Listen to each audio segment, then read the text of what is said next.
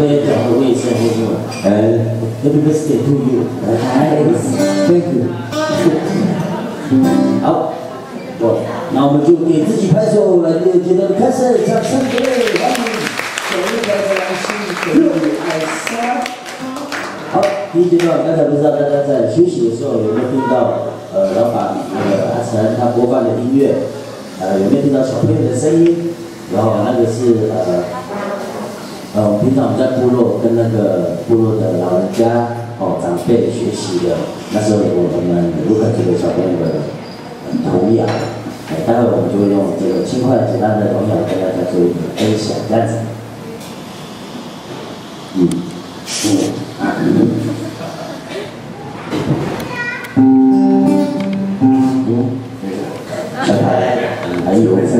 还有第2阶段的彩排正式开始，也就那个再多西多一下，好，5、4、3、